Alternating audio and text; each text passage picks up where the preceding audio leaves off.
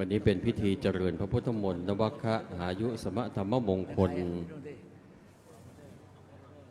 เฉลิมพระเกียรติถวายพระพรชัยมงคลแด่พระบาทสมเด็จพระเจ้าอยู่หัวตามหลักโหราศาสตร์ดาวพฤหัสบดีจะย้ายเข้าสู่ราศีมิถุนในโอกาสอันสำคัญของหลักการทางโหราศาสตร์นี้พุทธศาสนิกชนจะได้ประกอบพิธีอันเป็นมงคลภายในสถานที่ที่ศักดิ์สิทธิ์แห่งนี้คือพระอุโบสถวัดพระเชตุพนวิมลมังคลารามแห่งนี้ครับ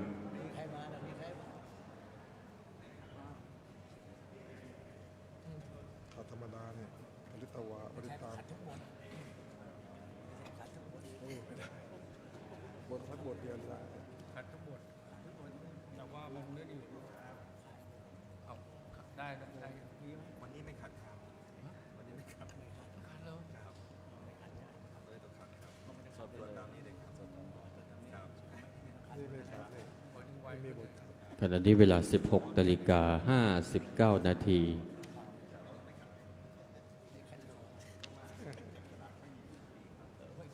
บัดนี้ได้เวลาที่จะประกอบพิธีอันเป็นมงคลแล้วเรากับผมขอกราบอาราธนาหลวงพ่อเจ้าประคุณสมเด็จได้เมตตาจุดธูปเทียนเครื่องนมัสการบูชาพระรัตนตรัยใครสารชังคุณสลัดชัง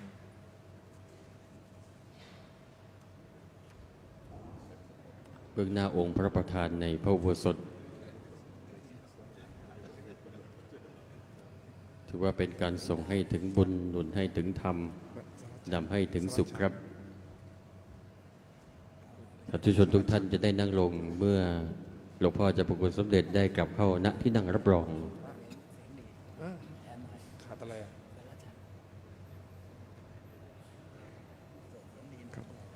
จะชูทุกท่านได้กรุณาอยู่ในอิริยาบถยืนนะครับสินสลัดชังเหรอ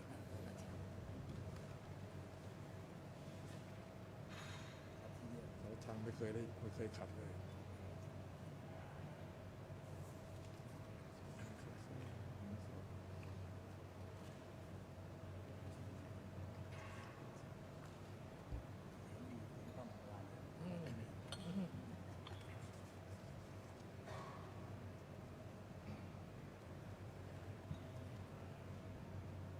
โอกาสนี้ขอเรียนเชิญดร.สนธยากล่อมเปลี่ยนได้เปิดกรวยถวายราชสักการะเบื้องหน้าพระบรมฉายาลักษณ์พระบาทสมเด็จพระเจ้าอยู่หัวขอเรียนเชิญครับ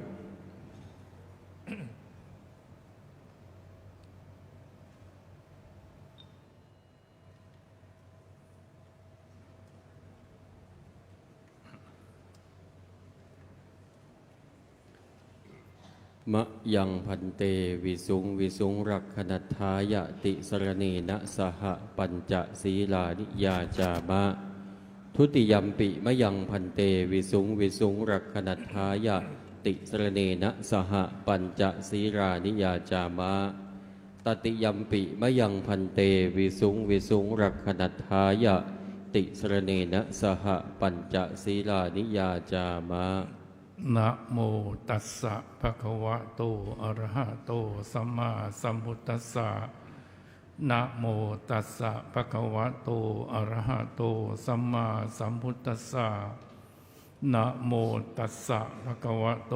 อะระหะโตสัมมาสัมพุทธัสสะนะโมตัสสะภะคะวะโตอะระหะโตสัมมาสัมพุทธัสสะนะโมตัสสะภะคะวะโตอะระหะโตสัมมาสัมพุทธัสสะนะโมตัสสะภะคะวะโตอะระหะโตสัมมาสัมพุทธัสสะพุทธังสรณังกัจฉามิธัมมังสรณังกัจฉามิสังฆังสรณังกัจฉามิทุติยัมปิพุทธังสรณังกัจฉามิ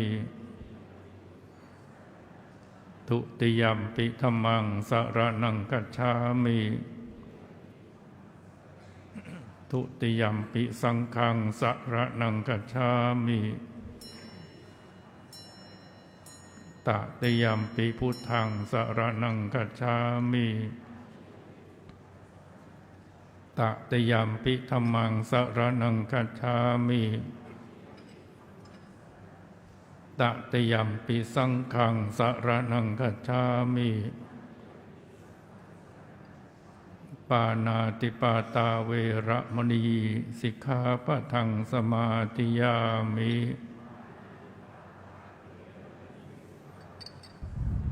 อตินนาทานาเวระมณี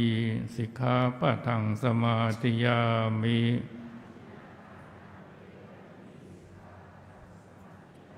กาเมสุมิชาจาราเวระมณี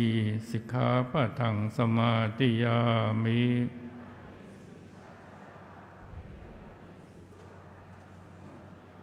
มุสาวาทาเวระมณีสิกขาปะทังสมาธิยามิ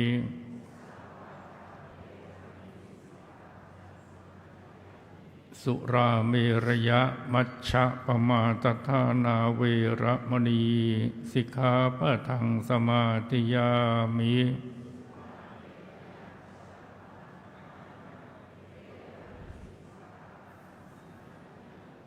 อิมานิปัญจสิกขาปทานิสีเลนะสุขติงยันติ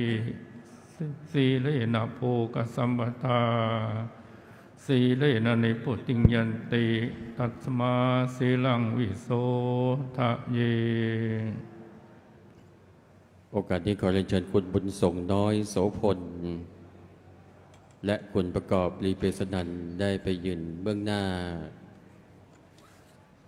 เทียนชัยครับ หลังจากนั้นหลวงพ่อเจ้าประคุณสมเด็จจะเมตตาเจิมแล้วก็จุดเทียนชัยและเทียนมหามงคล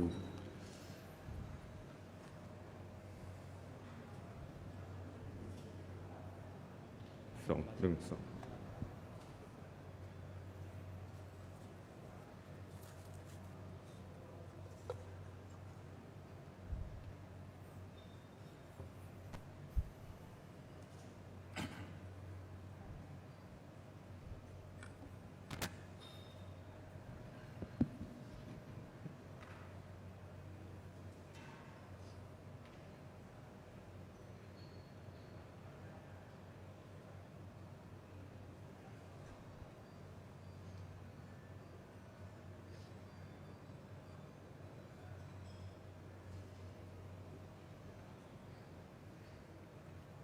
ครับท่านบุญส่งน้อยโสพลจะเป็นผู้ถวายแป้งเจิมแด่หลวงพ่อเจ้าคุณสมเด็จ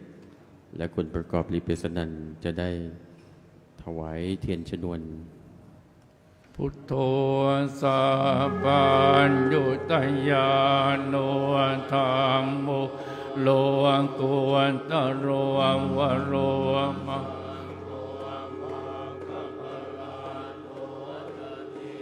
เอตังรัตนาตยังเอตัสสะอานุภาเวนัสสะปะทุกขาอุปัตตวะอันตรายาจนาสันตุสัพพโสทีภาวันตุเต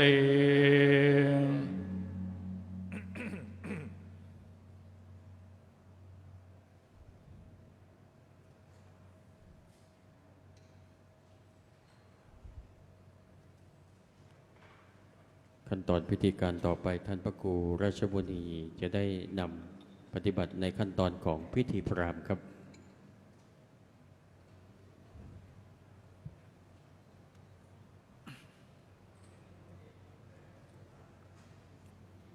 นะโมตัสสะภะคะวะโตอะระหะโตสัมมาสัมพุทธัสสะนะโมตัสสะภะคะวะโตอะระหะโตสัมมาสัมพุทธัสสะนะโมตัสสะภะคะวะโตอะระหะโตสัมมาสัมพุทธัสสะสัพเพกาเมตะรูปเปกิริคารตเตจันตลิเก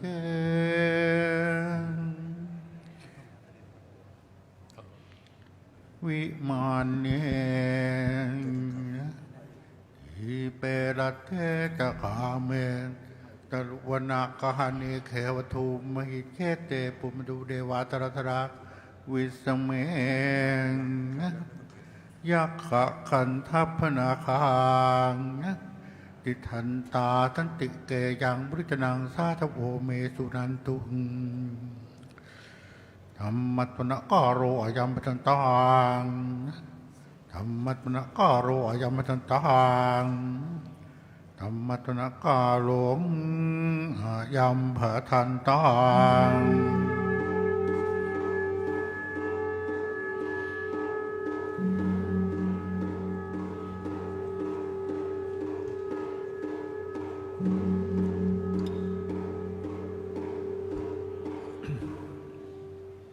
วันทิตวาอาจาริยปาทังเมตสการิยสัมพินทยายังสารพัดโทสังวินาศสันติสิริเทพทะอยาวุโยทยามังมะเหสุลังมัตบสังวิสุทธิเทเวศ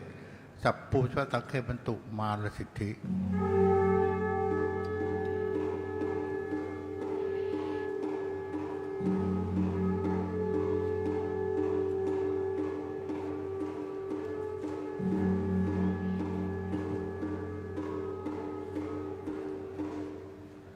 วันทิตวาอาจาริยปาทังเมตการิยสัมพินทยายัง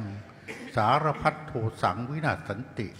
สิริเทพทะอยาวุโยทยามังมเหสุลังปัตตบสังวิสุทธิเทเวศสัพพูชวสังคตุมาลสิทธิ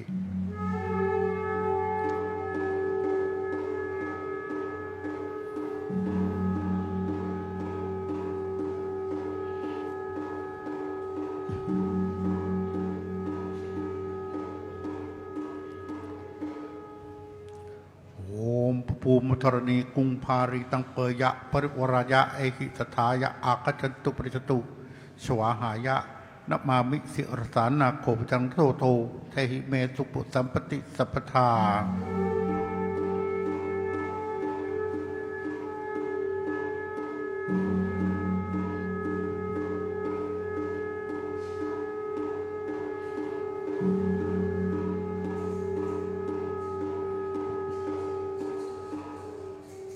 ปุริมัติสังทตารโถจะมหารัชาทิสาภาเกตปิตุเห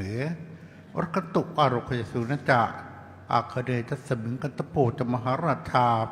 ทิสาภาเกตปิตุเหรกตุอารคยสุนจะทักกิจมินุโกจะมหาราชาทิสาภาเกตปิตุเหรกตุอารคยสุนจะหรติพัสมิงเทวา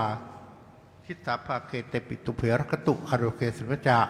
ปัจฉิมสมิงพระอุปโขจะมหาราชาทิสาภาเกตปิตุเหรกตุอารคยสุนจะปายัพพสมิงนาคาราชาทิสาภาเกตปิตุเพรกตุอารคยสุนจาอุตตรสมิงวโรจมหาราชาทิสาภาเกตปิตุเพรกตุอารคยสุนจาอีสานสมิงขาจมหาเทวาทิสาภาเกตปิตุเพรกตุอารคยสุนจาจูปะพระดุจตุโอมนโมตรังธรนังกัจฉามิโอมนโมมัตรังธรนังกัจฉามิโอมนโมสังฆตรังธรนังกัจฉามิอุปริตมิงทิสาภาเกตโรทวามหาเทวาจันโทจะสุริโยจะอินโทจะพมโนจะโตจะเทวเตโตจะบุโกจะเอเตโตโรทวามหาเทวาพุทธพัฒนาธรรมพัฒนาสังฆพัฒนาพุทธคตายสมาคจตุปริญตุทิโตจะสุรโขจะเทวเตโตจันบุโกจะจรังวาติทังวาติทั้งวานทั้งวาจรังวาและตุวานักตุมหาเทวาติ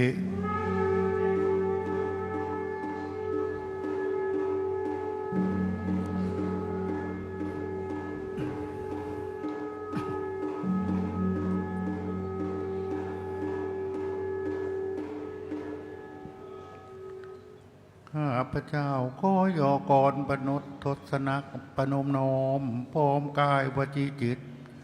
ประดิษฐ์เป็นจางอยู่คนหัดสร้างจุริกรบวรวิจิตกระพุมแทนก็ซุ้มทูบเทียนมาดตะการชาติทุกคนทวิจิตบูชิตในบัวบานทิเนนทรนาใจพบข้อเคารพปริยัติธรรมสัพพะอัสดางชิโนรส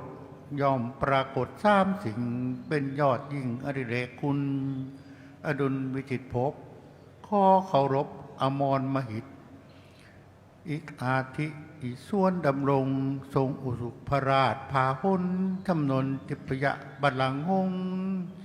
อีกทำนงมรุยญาติอาสนะสุพรรณพิจิตรชวริทิพธนิมการพิสารสิทธิศักดิ์มหันตาดิเลกน้อมเอกอักขวัจหัตถ ปิ่นสุทัศน์เทพยะสถิตเลอคชะวิสิทธพาหุนอัมพลเทวบริวารตรการวชิราพรงามบวรขจีวัน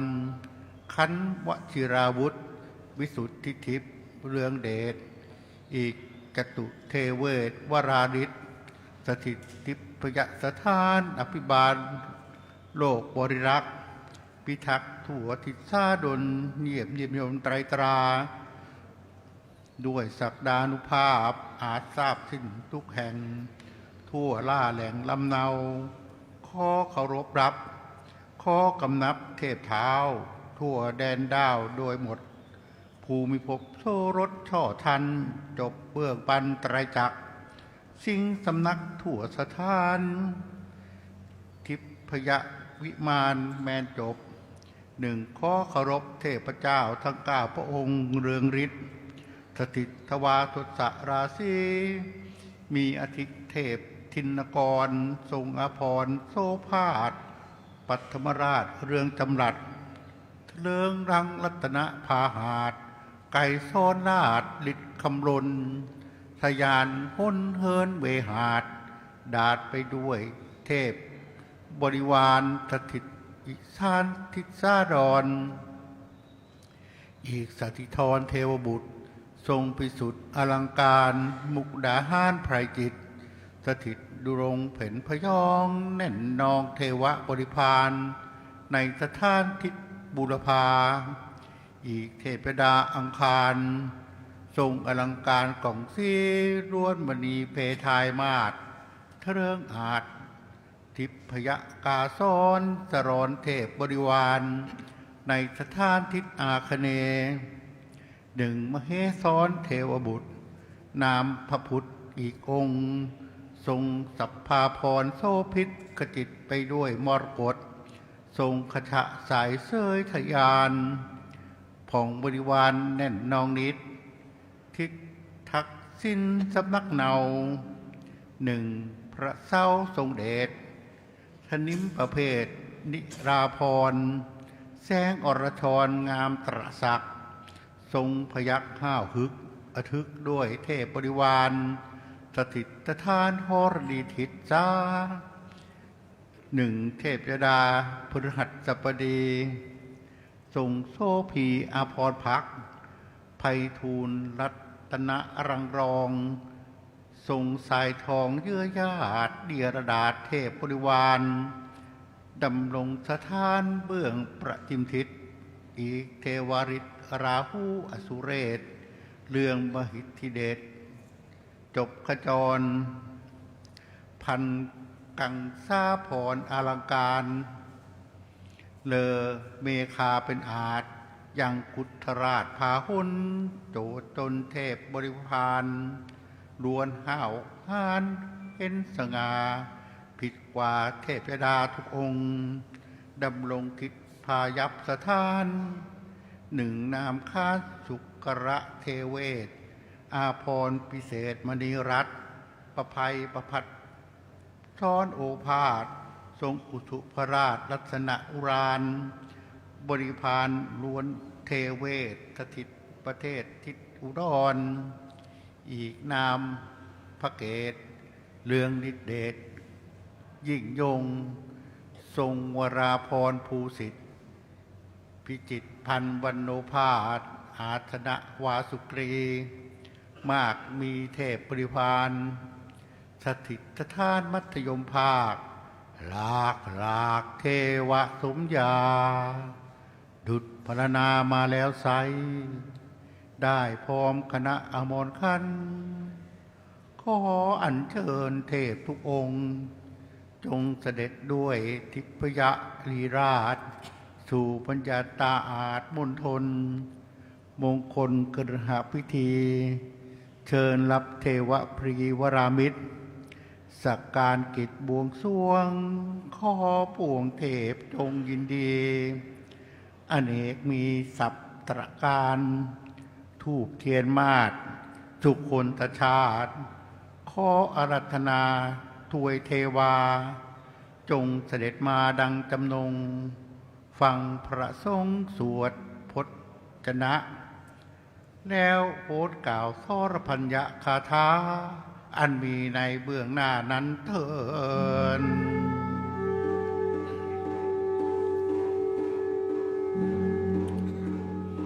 วิปติปฏิภาหายะสัพพสัมปติสิทธิยาสัพพทุกขวินาศายะปริตังภูธมังคะลังวิปติปฏิภาหายะสัพพสัมปติสิทธิยาสัพพพยะวินาศายะปริตังภูธมังคะลังวิปติปฏิภาหายะสัพพสัมปติสิทธิยาสัพพะโลคะวินาศายะปริตังโพธมังคะรัง สรัจชังสะเสนังสะพันธุงนรินทางปริตานุภาโวสัทธารักขตุติภริตวานะเมตังสะเมตตาภทันตาอวิเคตจิตตาปริตังพนันตุสมันตาจักวาเรสุอัตราคาจันตุเทวตาสัทธมังมุนิราชัสสะสุนันตุสักขโมขะทังสักเคกาเมจารูเปคิริสิขระตะเตจันทริเควิมาเนทีเปรเทจะคาเมตรุวันนะกาเนเคหะวัทุมหิเขตเตหุมมาจายันตุเทวาชระธาระวิสเมยาขะคันทัพนาคาเตทันตาสันติเกยังมุนิวระวจนังสัทธโวเมสุนันตุธรรมสวนการโรอายัมภทันตาธรรมสวนกาโลอายัมภทันตาธรรมสวนกาโลอายัมภทันตา นะโมตัสสะภะคะวะโต ทุกท่านเปิดหนังสือหน้าที่6ครับหน้าที่6ครับ สัมมาสัมพุทธัสสะนะโมตัสสะภะคะวะโตอะระหะโตสัมมาสัมพุทธัสสะนะโมตัสสะภะคะวะโตอะระหะโตสัมมาสัมพุทธัสสะพุทธังสรณังคัจฉามิธัมมังสรณังคัจฉามิสังฆังสรณังคัจฉามิทุติยมปิพุทธังสรณังคัจฉามิทุติยมปิธัมมังสรณังคัจฉามิทุติยมปิสังฆังสรณังคัจฉามิตติยมปิพุทธังสรณังคัจฉามิตติยมปิธัมมังสรณังคัจฉามิตติยมปิสังฆังสรณังคัจฉ ชามิสัมพุทธิยาตวิสันจตวาตสันจสหะเกียปันจสัตตสหัสสานินามามิสิรสาหังเปียสธรรมันจะสังการจะอาตันเลนันนามามิหังนมการะนุภาเวนะอันตวาสัพพิอุปาทเวอเนกาอันตรายะวิวินาสันตุอาเสียสตัวสัพพุทธิยปัญจปัญญาสัยจตุวิสติสหัสเกียรตสัสตสหัสนินัมมามิสิรสาหังเตสะธรรมันจะสังการจะอาตันเลนันนัมมามิหังนมการะนุภาเวนะอันตวาสะเพียอุปาทเวอเนกาตรายาปิเวนัสสะตุเสสะตัวสะพุทธิยนาวัวตรสติยอาจจัตตะเดียสสะอาสเกวิสติสัตตสัสสะสานินามามิสิรสะอาหังเตสันธรรมันจะสังการจะเนียนนัมมามิหังนมการะนุภาเวนันตวาสะเพียอุปาทเวอเนกาอันตรายะวิวินาสันตุอาเสสัตโตนะโมอะระหะโตสัมมาสัมพุทธัสสะมะเหสินโตนะโมอุตตมะธัมมัสสะสวะกาตาเสวะเตนิตนะโมมหาสังฆาสาภิวิสุทธัสสิรติติโนนะโมโอมัตติยาราสัสสะตนันนะตยาสสาตุกังนะโมโอมะคาติตาสตาสวะตัวตยาสัพพินะโมการะปะภาเวนวิกัจจันตุอุปาทวานะโมการะนุภาเวนสุวัตถิตุสัพพทานะโมการะสติยเจียนวิเทมิหัวมิเตจวามขัดต่อเลยขัดต่อเลยขัดต่อเลยขัดต่อเลยสันดาสันดาจิตตาติสรณาสรณาเหตุโลกันดเลวานภูมิจาเทวาคุณคณะกหนเมยาวตาสัพพกาลังอิเตอายันตุเทวาวรกันกมเยเมรุราเทวสันตุ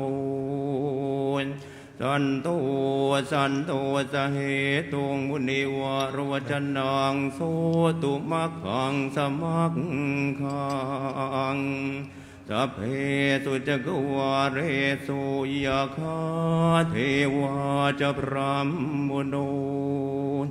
ยังอเมหิกตังปุญญังสัพพสัมปันติสาทกังสัพเพ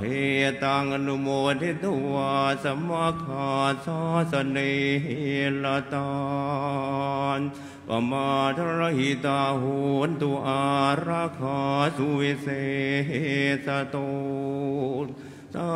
สนาสาจโลกัสสาวุธิภวตุสัมปทานสาสนัมปิจโลกันจาเทวราคันตุสัมปทานสัตถิงโหนตุสุขีสัพเพบริวาเลหิอันตโน อนิคาสุมนาหุนตุสหัสเพหิยาติภิยัญจันทวาทัสวาสานิจินตยิงสุสเทวการจิราสังจินตยันตาปิเนวชานิงสุมังคลังจักวาลสหัสเสสุทัสสะสุเยนตันตะกังกาลังกุลาหลังชาตังยาวะพรามณิเวสนานยังโลกนาโทเทเสสิสัมภปาปวินาสนังยังสุตวาสัพพทุเคหิมุจจันตาสังกิยานลานเอวมาทิคุณูเปตังมังคลันตามพระนามเฮเอวเมสุตังเอกาสัพพยังภะคะวาสาวะทิยังวิหารติเจตวันเนยอันนะตปินิกาสอาราเมอัตตะโกอัญญตระเทวตาอภิการตายรานิยาอภิการตวะนาเกยวลปางกังเทียตวันนะอุปาสิตวาเยนะภะคะวาติอุปสังกมิอุปสังกมิตวาภะคะวันตังอมิตาสิตวาเอกมันตังอัตตาสิเอกมันตังทิตากุสะเทวตาภะคะวันตังคาตายะอัญจพาสีปูเทวามโนสาจมังคลานิอเจนตโยงอากังกมานะโสทานังพรวยอิมังลำบวนตมังอสิวนาจะปาลานังปานติตานันจะเสวนาปวจจานจะปวจจนียานะเอตามังกลมวตมังปฏิรูปฏิสวาโสจะปวเปียจะกตะปวนยตาอาตสัมมาปณิทิจาเอตามังกลมวตมังพาอุสาจารจะเสียปานจะวินัยโยจะสุเสียงกิตัวสุภาสิตาจะยาวะจาเอตามังกลมวตมังมาตามิตุปาทานังปวตตาราสสักกะหัวอนากุลาจะกรรมันตาเอ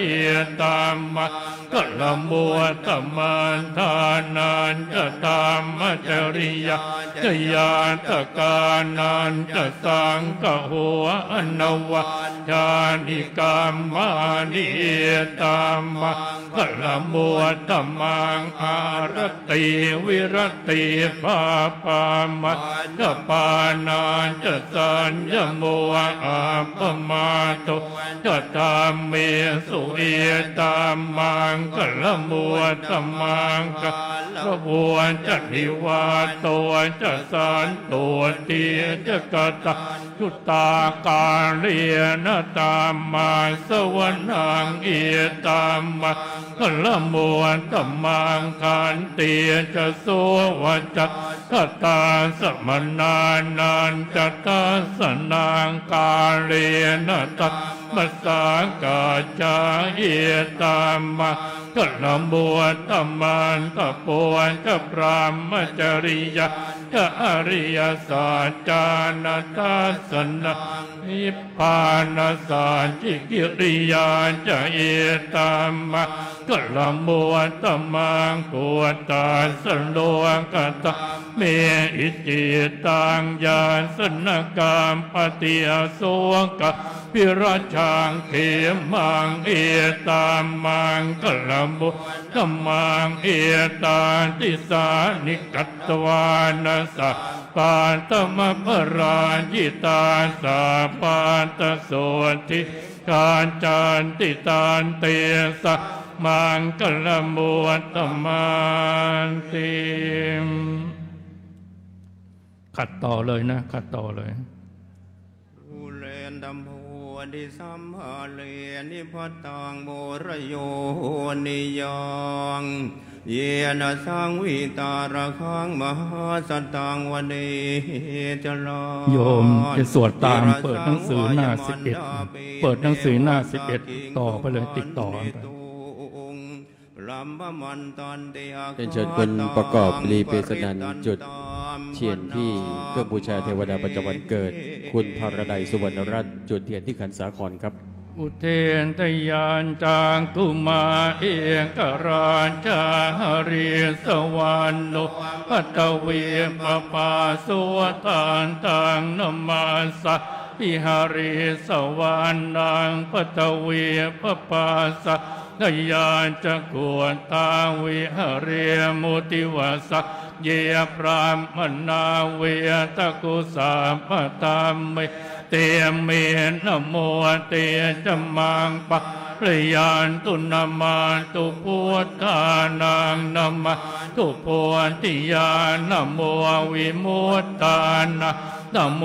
วิมุตติยาอิมังโสภริตะกัตตวามุโรจรติเอสนาเปยยานจากกุมาเอกราชหริสวรรณโน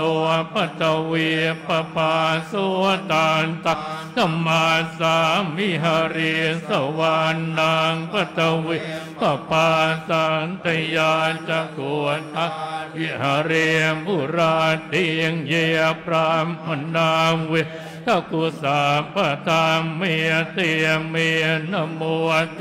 จมังปาริยานตุนามาตุพุทธานะนามาตุโพธิญาณโมวิมุตตานะนะโมวิมุตติยาอิมะโส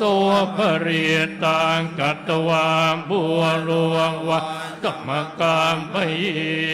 ติอาติโลเกศิลกุณโนตาจารโสดายโนตยาตินาสาเจนกาหามิสาจกิริยมนุนรังอาวาจิตวาตัมมะปะละตาริตวาปัวปะเกจิเนสาจะปรมวะดายาสาจักกิริยมกาสานสัตติปากาปานตนาสันติปาตาวันจนามาตาปิตาจนีการตาจะตเวตปฏิกัมมสาสาเจกเตมะหังมหาปาจลิโตสิกิวะเจนติโสรสกริสานิอุตตะกังปัตตวะยะถาสิกิสาเจนเมสมุนาติเอสาเมสาจปารมีติขอเรียนเชิญคุณเสรีเยาวะจุดเทียนที่เครื่องบูชาเทวดาประจำวันจันทร์ครับ คุณสุธาทิพย์วาทีทิพย์จุดเทียนที่ขันน้ำมนต์ครับขอเรียนเชิญทั้งสองท่านครับ คุณเสรีและคุณสุธาทิพย์ครับ ยานตัวนิเมตตังอวมังกลานเจโยจามนาปุสกุณาสสาตัวปาปางกโอตัวสุปินาการตังพุทธานุภาเวนวินาสเมตุยานตัวนิมิตตังอวมังกลานเจโยจามนาปุสกุณาส สสะตัวปาปากะหัวตัวสุปินะอาการการธรรมานุภาเวนวินะสมเมนตุยานตัวนิมิตทางอวัมมะพลานจโยจาพนาโปสกุลสสะตัวปาปากะหัวตัวสุปินะอาการตานสังขานุภาเวนวินาสเมนตุ ขอได้เชิญหม่อมหลวงอุบลวดีชยางกูลจุดเทียนที่เครื่องบูชาเทวดาประจำวันอังคารคุณพายัพชินวัตรจุดเทียนที่ขันสาครขอได้เชิญทั้งสองท่านครับ สุขังสุปฏิสุนโทจาปาปังกินจินปันสติเอวมาทิคุณอุเปตังปริตันตามพนามะเฮ กรณียมาตะกุสเลนยานทานสานต่างปะทางอภิสเม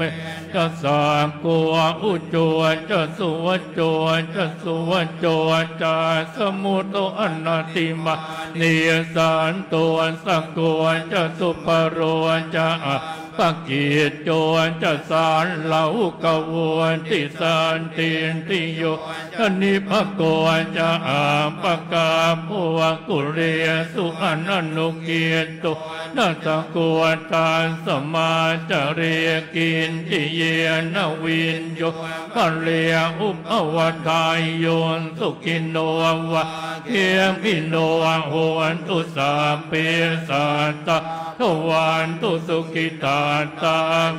เกกิปานปุวตาสิสสาวาตาวราวาอนวสีสาติกาวะเย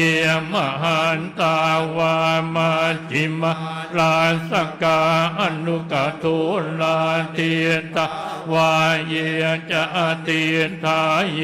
จะตัวเรียวสะที่อเวทุเรียงผัวตาวาสามภเวสิวาสาเปียสาตาภวันตุสุกิตาตานัพโรปรางนิโกเปียตนาติมาเจตการตินนางเกียนจิปยาโรสนาปฏิกสัญญาณัญญมานยาตตัวกเมตใจ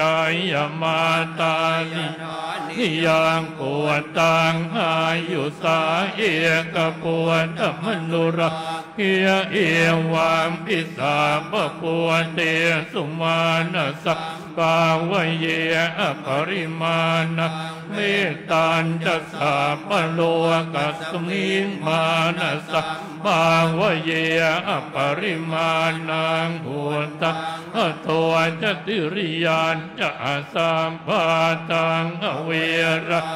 สัพพาตานติตานจระนิสินโนวาสยานโนวายะวตาสวิกตเมตตัวเอตังสติอติตายพรามเมตังวิหารกิตมาอุติตินจะอนุภกะมสีลวานตาสเนนสัมปันโนกามเมสุวินัยเกตังนาอิจาตุกะอาสายังปุณเรติติชีวิตชาตินางที่พมันตากทอง เรียนเชิญคุณณัฐทีครับจุดเทียนที่เครื่องบูชาเทวดาประจำวันเกิดครับคุณพนมดีเต็มดวงจิตคุณจรัสศรีศรีนวลจุดเทียน สัพพสุปินิวาเรติปริตันตามขอเรียนเชิญดร.สนธยากลับเปลี่ยนครับ จุดเทียนที่เครื่องบูชาเทวดาประจำวันเกิดคุณสุชยาบุญพิบูลรักคุณชัญญาโยงเห็นเจริญจุดเทียนที่ขันสาครครับดร.สนธยาครับคุณสุชยาบุญพิบูลรักคุณชัญญาครับตังการหาโกธรรมเกอิจาปะทะเกอิเมเมตังเมตังทิปาภะเกอิเมจตุปะเตอิเมเมตังเม ตังปะหัวปะเตหิเมมามังอปาตะโกหินสิมามังหินสิติปาปะโกมามังจตัวปะตัวหินสิมามังหินสิปะหัวปะตัวสัพเพสัตตาสัพเพปานาสัพเพภูตาจักเกวลาสัพเพปราตรานิปะสันตุมากินจิมาปะมาธรรมาอาปะมาโนพุทโธอาปะมาโนธัมโมอาปะมาโนสังโฆปะมาณวันตานิสิริสปาจับด้วยกันเชื่อต้นตยาต้นทายาด้วยต้นทยาด้วยสิกาขันตาเมราคังขันตาเมปริตตาปฏิกมันทุกุตตานิโสหังนะโมภะคะวันโตนะโมสัตตานังสัมมาสัมพุทธานังวัติสัมเมนันตุปรัมสันโตกาสาววาตังทิตตังอิสินันโตเกนะโมทานสุตปะติสัญญาอรหันตโชสัมภิอวัชโลโกสันเลียนวิทโตพยติโตตุสันโตกาสาววาตาพินันตังสัตตุสัตติสัจเจอิมังนานะพระเรียนสัจจมามังวันเนภาลภิกะอาการชวนตีมเรียนเชิญคุณเบญจมาศรุจิระวงศ์จุดเทียนที่เครื่องบูชาเทวดาประจำวันเสาร์ครับและพันโทหญิงชนรัศมีงานทวีสุขจุดเทียนที่ขันน้ำมนต์ขันสาครทั้งสองท่านขอเรียนเชิญครับเทระสังกุลิมาลสาโลกนาเทนภาสิตังกัปทายิมหาเตชังปริตันตามปนามเหยะโตหังปะกินิอาริยายะจาติยาจาโตนาปิชานามิสันจินจปานะจิวิตาวัวรัวเปียตาเตนะสัจเจนะโสติเตหัวตุโสติกาปาสะโกจังโกจติสังกาตัวธรรมานะวิทโยตตาวิริยามเปียติปัสสาติโพจักการจัตถาปเรสมาตุเปกโพจักกาสาเตเต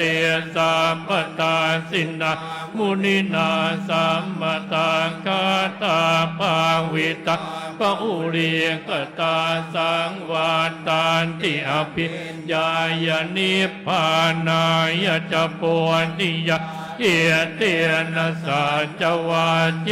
นะโสติเตโทนตุสัมปตาเอกสมิงสมัยนาทุโมคันลานันจะกาสปะลาเนตัวกิเตติสวาโปทังเกสันตเตสอิเตจตะอภินันติตวาโรกามโบจินสุตะคันเดียเอเตนะสัจวาเจนะโสติเตหัวตุสัพพทาเอกตาตัมมราชาปิเกละเยดาปิเปียลิโตจุตานเทเลียนตันเยวปนาเปตวานสัตระสัมโมทิตวาจะอาภาทะกัมหาวุฒาสิทานโสเอตินะสัจวาเจนะโสติเตหัวตุสัพพะทาปะหินาเตจะอาปาตะเจ จินนานนามปิมาเหสินะมากาตะกิเลสาวปาตาโนปะทิตามมตังเอเตนะสัจวะเพียนะโสติเตหัวตุสัพพตัง ขอเรียนเชิญคุณบุญส่งน้อยโสพลคุณปราณีน้อยโสพลจุดเทียนที่เครื่องบูชาเทวดาประจำวันพฤหัสบดีดรนัทวัฒน์น้อยโสพลคุณกิติการนิดเมืองปักจุดเทียนที่ขันสาครครับเรียนเชิญทั้ง4ท่านครับ ลาจันโตวาโจระโตวามนุสสันโตวามนุสสันโตวาคิโตวาอุทกโตวาปิสาจันโตวาคานุกโตวากันดกันโตวานาคันตโตวาชนะปัทโร ท่านทั้งหลายวันนี้สำคัญพระรหัสย้ายบทนี้สำคัญ จอนดาดีอัสมิขะควรนะกุกุละอหิวิธิกา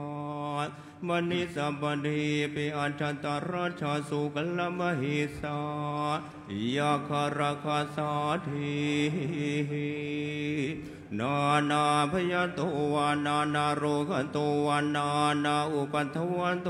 วาอารักขังขันหันโตปณิธานโตปัฏฐา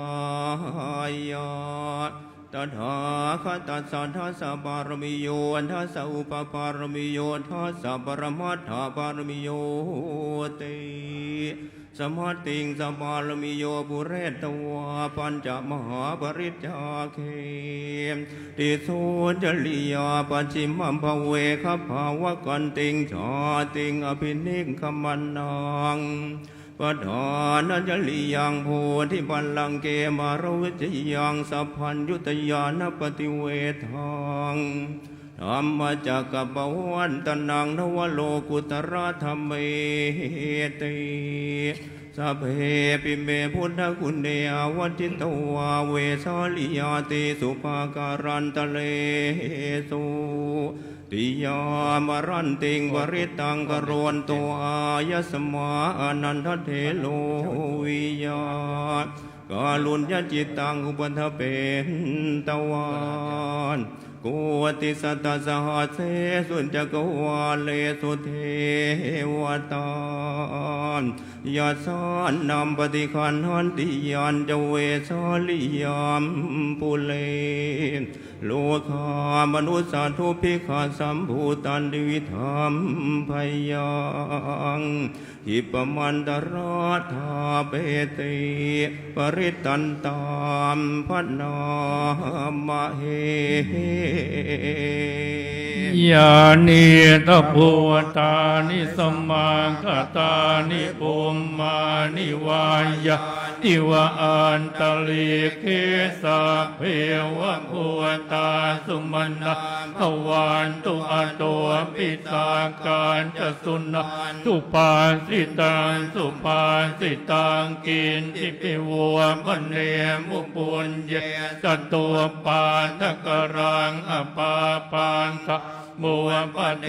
สังอนุการการันตัสมาอิปุวตานิสาเมตสาเปเมตังกโรธรรมานุสิยาปัจจายติวะจารานตัวจหารันติเยปริตัสมาอินเนรากตาปมัตตายังกินจิวิตตังอิตวาหุรังวะตาเกียสุวายังรัตนังปณิตานันโนสมังอาติตถาคเตนะอิทัมปิพุทเทรัตนังปณิตาเยเตนะสัจเจนะสุวัติโหตุขยังวิรังกังอมตังปณิตังยตาจักการสักยมุนีสมาหิโตนะเตนะธรรมเมนะสมาติกินติธรรมปิธรรมเมรตนะ ธเนียตังเอเตนะสัจเจนะสุวัตติโหตุยามพุทธเสตัวปริวันนเยสุจิงสมาธิมานันตริคัญญมาอุสมาทินาเตนะสมุนเวจติตามปิธรรมเมรตนังธเนียตังเอเตนะสัจเจนะสุวัตติโหตุเยปุกลาอันตสตังปสัทธาจาตาริเอตานิยุคานิโหติเต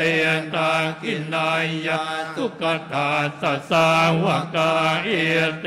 สุตินนะนิมหาปลานิธรรมปิสังเขรัตนังปเนียตังเอเตนะสัจเจนะสุวัตติโหตุเยสุปโยตามนัสสาดานเฮียนเนกามิโนโคธรรมสัสนามิเต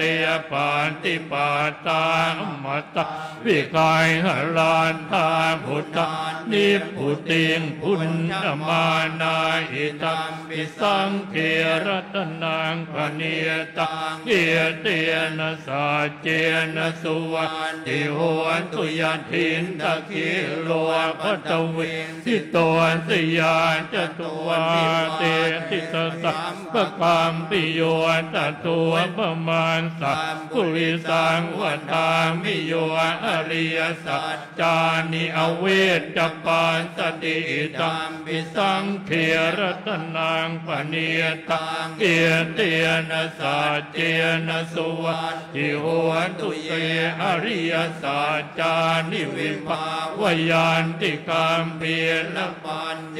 นะสุเทสิตานิกินจามปิเตโหติปุสสาปมาตานเตภวังอาตัตมาติยามติธรรมปิสังเขรัตนังปเนียตังเอเตนะสัจเจนะสุวัตติโหตุสหาวาสันทาสัตตสัมปยายตยาสุธรรมาจะหิตามภวันตุสังกายติติวิติกินจิตันจะศีลัมปตังวาปิยตาจะกินจิตจตัวหปาเยหิจเวปมวนตัวจะจามปิทานานิอภาปวหิตตุหิตามปิสังเขรัตนะปเนียตังเอเตนะสัจเจนะสุวัตติโหตุกินจามปิโสกรรมังกโรติปามปะกังกายเยนวาจายุตเตตสาวาอภาโบสวนทาสปฏิตตายะอภาปตาติตปตาสวุตตาอิตามปิสังเขรัตนังปเนียตังเอเตนะสัจเจนะสุวัตติโหตุวันนาปกุมเพยตาโกติตาเกกิมหานมัสเสปตมัสมิงกิมเฮตตัวปมันตาปุรังอเนสยิติภานกามิงปรมังอิตายะอิทัมปิพุทธเทรัตนังอเนียตังเอเตนะสัจเจนะสุวัตติโหตุวโรวรัญโยวรันโทวราหโรอนุนตโรตัมมวรังอเนสยิตัมปิพุทธเทรัตนังอเนียตังเอเตนะสัจเจนะสุวัตติโหตุกีนังปุรานังนวังนาติสัมภวังวิรันตจิตตายติเกภวัสมิเตเกียนพิชาอวิรุติจันตานิมปันติเดรายทายามปฏิมอิธรรมปิสังเขรัตนังปเนียตังเอเตนะสัจเจนะสุวัตติโห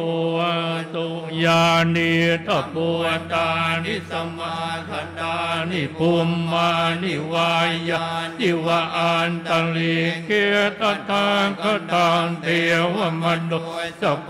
จิตังพุทธังนมาสสะ มาสุวันติโหนตุยานีตะปวตานิสมากตานิภูมิมานิวายานิวาอันตลิเกตตากตันเทวมนุสปวจิตันธรรมันนมาสะมาสุวันติโหนตุยานีตะปวตานิสมากตานิภูมิมานิวายานิวาอันตลิเกตถากตันเทวมนุสปวจิตังสังฆังนมาสะมาสุวัติโหตุ ขอเรียนเชิญคุณนัตทีโชติสรยุทธได้จุดเทียนที่เครื่องบูชาเทวดาประจำวันราหูเรียนเชิญคุณพระนวดีเต็มดวงกิจคุณจรศรีศรีนวลจุดเทียนที่ขันสาครเรียนเชิญทั้ง3ท่านครับ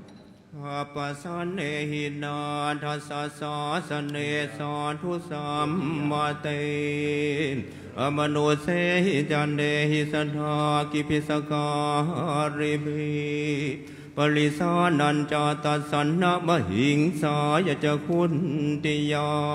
นยันเทเสสิมหาวิโรธปริตันตามพระนามเห วิปัสสิสนมานตุจางกุมารตานสสิริมาโตสิเกสปินามานตุสาปปวนตาทุกามปิโนเวสปวนสนมานตุนาตการสัตปะทิโนนามาสุขกุสานตาสมาระเสนาปมาติโนโกนากมนาสนมาจุพรามนาสวุสีมาตัวการสปาสนัมมาทุเวียพมวนตาสสาปฏิอังกีรสะสนัมมาตุสากยปวดตาสสิเรียมโตโยอิมานตามมมเตเสติสาปตุกาปนวนตนางเยจาปินิพุตาโลเกยนาภูตังวิปัสสิโสนเตจนะปิสุนามหันตังเวตสารตะอิตันเทวมนุสานังยังนัมมสันติโกตมังวิชาจรณะสัมปันนังมหันตังเวตสารตันวิปเมสัพพพุทธานังอุปันนานังมเหสินังตันหังกโรมหาวีโรเมตังกโรจุหายโตสรณังกโรโลกหิโตติปังกโรจุติกโรโกนทานโยชนะปาโมโกมังกโรปุริสาสปัวสุมโนสุมโนทีตัวเรวันตัวรติวันตโนโสภิตัวคุณสัมปันโนอโนมัตตเสียตมวนตโนเสียตุปัตตัวนาระตัววรสะตถิปตมวนตโรสานตสาโรสุเมตุอาปฏิปุกโลสุจาตัวสามโลกะโกมปิยตาสีธรรมสุโมติตาสีกานนิโกธรรมตาสีธรรมนุโนสิตาตุอสมโลเกติโสจวรตังวโรปุโสจวรโตพุทโตวิปัสสีจะอนุปโมสิกิสัมปะหิโตสัตตาเวสปุกุกกายยะโกกะกุสันโตสันตมาหัวโกนาคมโนพรันจะหัวกาสปัวสิริสัมปันโนโกตโมสังคยปุญขวัวเอเตตันเยจะสังพุทธาอเนกสัตตโกตโยสัพเพพุทธาอัสมะสมาสัพเพพุทธามหิติกาสั มเปเต สัมลูเป ตาเวสาราเจอุปากตาสัพเพเตปฏิจานันติอาสกันทานมุตตมังสีอนาตังนตันเตเตปุริสาสุวิสารตาพรหมจักกังปวันเตนติโลเกอาปฏิวัติยังอุเปตามุนธรรมเมหิอันทาลสหินายกาทวันติงสลักขณูเปตาสีพยานุปยัญชนะทลาพยามาปปายสุมปปาสัพเพเตมุนิกุญจนาพุทโธสัพพัญญุโนเอเตสัพเพขีนาสวาจินามหัมปัมภามหาเตจักมหาปัญญามหัมพลามหาการุณิกาทีราสัพเพสานังสุขาวหาติปานาทัปฏิทาจตานาเลนะจะปานินางปฏิพันตัวมหาสาสะสรณาจะอิเตสิตาสเพวลาสโลเกสสัพเพเตมุปนายนาเตสาหังศิลสาปาเทวันตามิปุริสุนธเมวันนัสสามนัสสาเจววันธาเมเตตันทากเตสยเนอาสเนทานเนเนจาปิสัมพันธาสันธาสุเข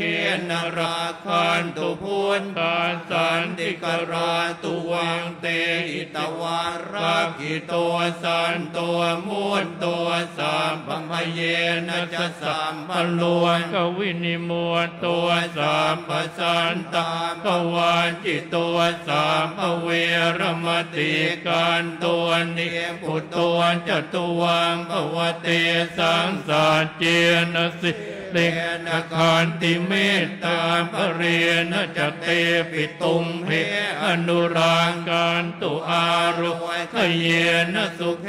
นะจะปวัติมาสมิงทิสาภาเกสันติภูตามหิติกาเตปิตุมเพอนุรังการตุอารุขเยนะสุเขนะจะดากินาสมิงทิสาภาเกสันติเทวามหิติกาเตปิตุมเหอนุราการตุอารุขเยนะสุเขนะจะปัจจิมาสมิงทิสาภาเฮสันตินาคามหิติกาเตปิตุมเหอนุราการตุอารุขเยนะสุเขนะจะอุตตรสมิงทิสาภาเกสันติยักขามหิติกาเตปิตุมเหอนุราการตุอารุขเยนะสุเขนะจะปุริมาติสังคตราตัวทังกินเนนะวิโรนะโกปะจิเมนะวิโรปะโคกุเรโลกุตรังติสังจานตาโรเตมหาราชาโลกปาลายสาสิโนเตปิตุมเหอนุราการตุอารุขเยนะสุเขนะจะอากาสาตาจะภุมมาทาเทวานาคามหิติกาเตปิตุมเหอนุราการตุอารุขเยนะสุเขนะจนาติเมสรนังอัญญังพุทโตเมสรนังวรังเอเตนะสัจวัตเทียนะหัวตุเตจยมังกลานะทิเมสรนังอัญญังธัมโมเมสรนังวรังเอเตนะสัจวัตเทียนะหัวตุเตจยมังกลานะทิเมสรนังอัญญังสังโฆเมสรนังวรังเอเตนะสัจวัตเทียนะหัวตุเตจ เจยมังพลังยังกินจิรตนังโลเกวิจติวิวิธังปุตุรัตนังพุทธสมังนาติตาสมาโสติภวันตุเตยังกินจิรตนังโลเกวิจติวิวิธังปุตุรัตนังธรรมสมังนาติตาสมาโสติภวันตุเตยังกินจิรตนังโลเกวิจติวิวิธังปุตุรัตนังสังฆสมังนาติตาสมาโสติภวันตุเตสักกัตวาพุทธรัตนังอุสตังอุตตมังวรังหิตังเทวมโนสานังพุทธเตเทียนโสตินานะสันตุปานตวาสาเปทุกขาวุกัสเมนตุเต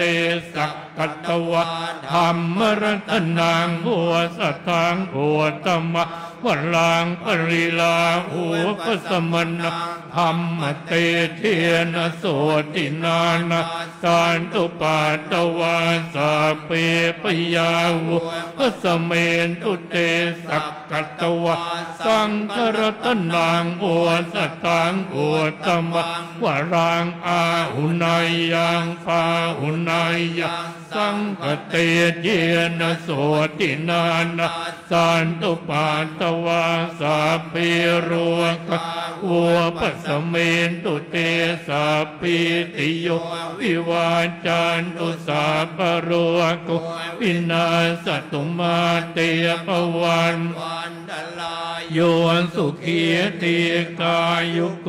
ภวะอภิวะทนาสีเลสนิจจังวุฒตาปัจจายโนจัตตารโอธรรมาวะทานติอายุวันโนสุขังภาลัง โอกาสนี้ขอเรียนเชิญดร.อุษณีด่านกลางจุดเทียนที่เครื่องบูชาเทวดาประจำวันศุกร์ขอเรียนเชิญคุณวันนีสิริประภารัตน์จุดเทียนที่ขันสาครขอเรียนเชิญทั้งสองท่านครับ ชีวสานุสลเนนาปิอันตลิเคปิปานิโน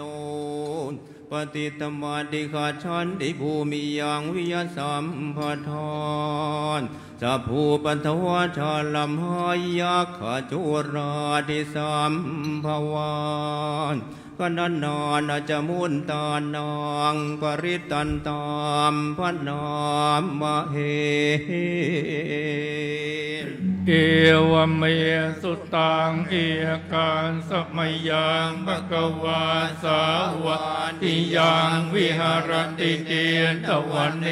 อนันตปินนิกาสอาราเม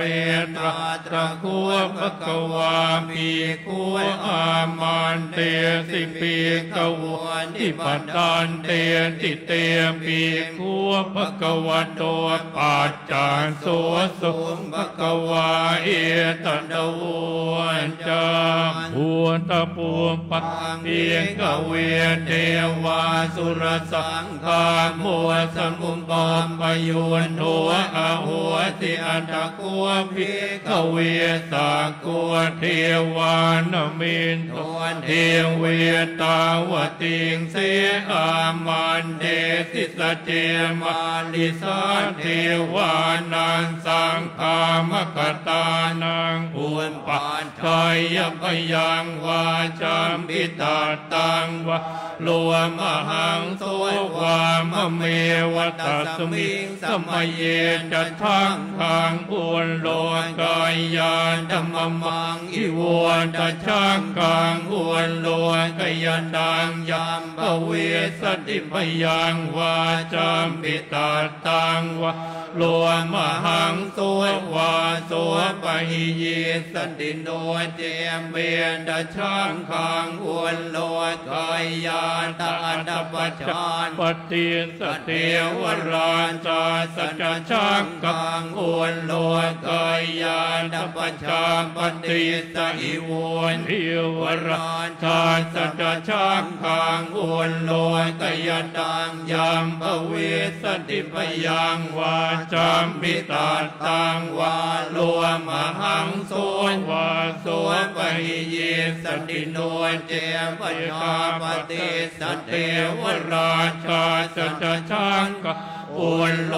กายาตาอันทวรุณาสเทวราชาสัจจังกัง อุนโลกายาตวรุณาสอิโวเทวราชาสัจจังกัง อุนโลกายตังยามภเวสติพยังวาจามปิตาตังวาโลมหังโสวาโสปหิเยสติโนเจวลุณาสเทวราชาจัจจังกัง อุนโลกายาตาอัฏฐอิสานาสเทวราชาสัจจังกัง อุนโลกายาตาอิสานาสหิวเทวราชาสัจจังกัง อุนโลกายตังยามภเวสติพยังวาจามปิตาตังวะโลมหังโสวะโส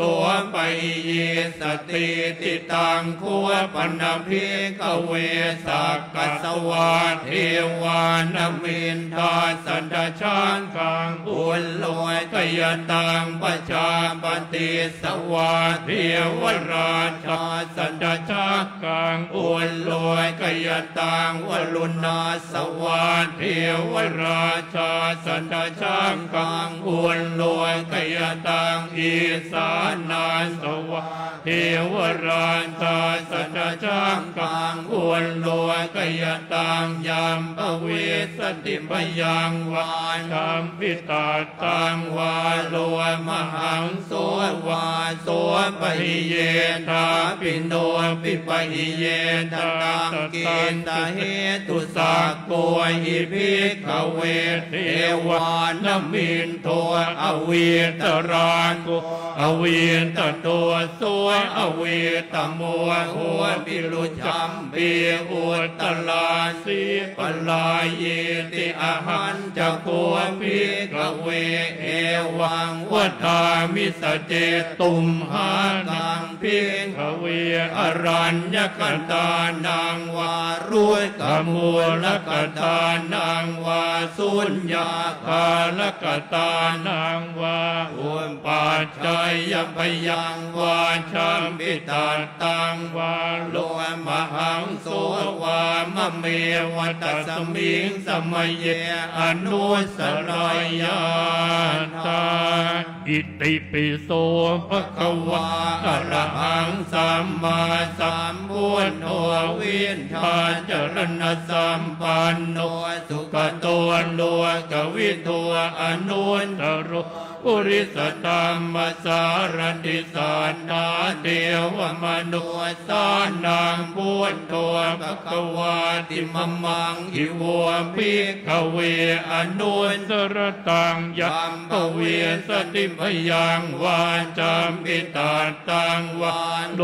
มหังโสวาโสปหิเยสติโนเทมังอนุสรายาตอัตถามังอนุสรายาตสวากาตัวภะคะวตาธัมโมสันทิติโกอาการิโก เอหิปัสสิโก โอปนัยโกปัจจาตังเวติตาโพวินโยหินติธรรมังอิโวภิกขเวอนุสรตังยามเวสติปยังวาจามปิตาตังวาโลมหังโส